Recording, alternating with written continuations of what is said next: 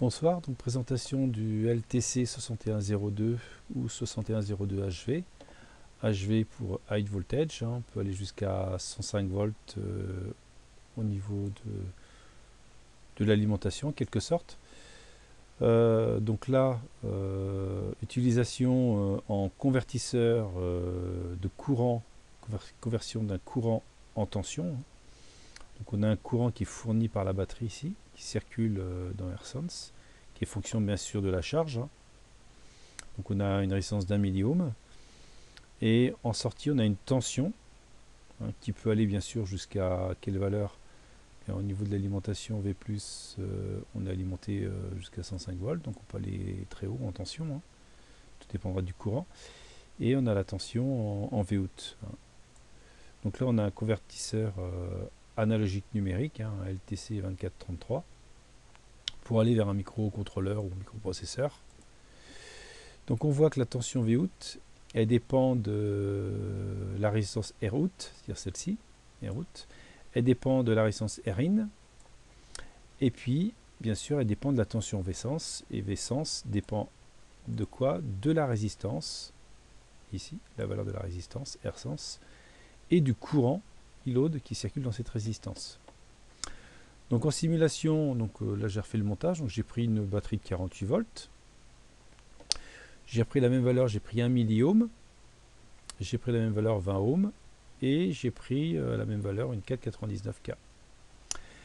Donc si j'applique la relation, donc la tension de sortie c'est Rout divisé par Rin fois cette tension-là, et cette tension-là c'est Rsense fois I. Donc si je fais l'application numérique, je trouve 0,2495 I. C'est-à-dire que pour I qui vaut 1 ampère, comme on a là, on a 1 ampère. Donc là j'ai réglé la résistance load pour avoir 1 ampère.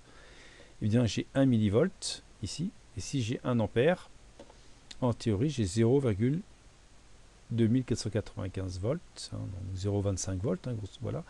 Et en simulation j'ai bien 0,26. Si je double mon courant, donc si je passe à 2 ampères, donc là je diminue ma charge. Là je suis à 2 ampères. Eh bien j'ai deux fois cette valeur-là, c'est-à-dire 0,5 volts.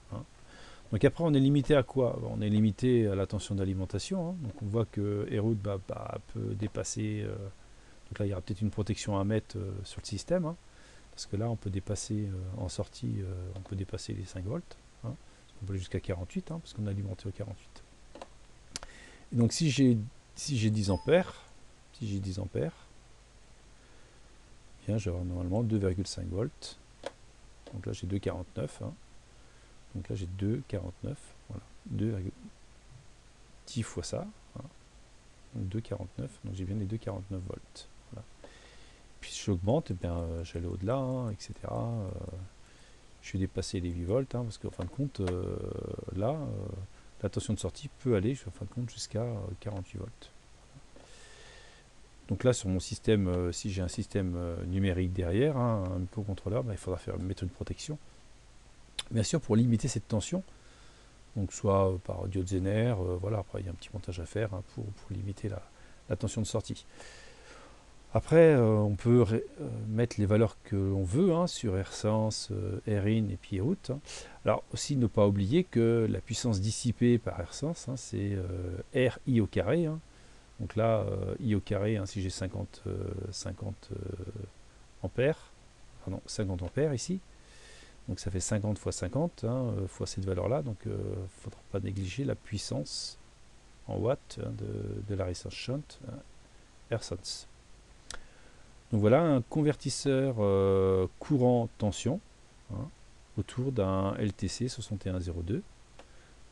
Et là, la résistance de charge, en fin de compte, est juste là pour simuler la charge du montage. Et la batterie ici qui est 48 volts, qui peut aller bien sûr jusqu'à 105 volts au maximum.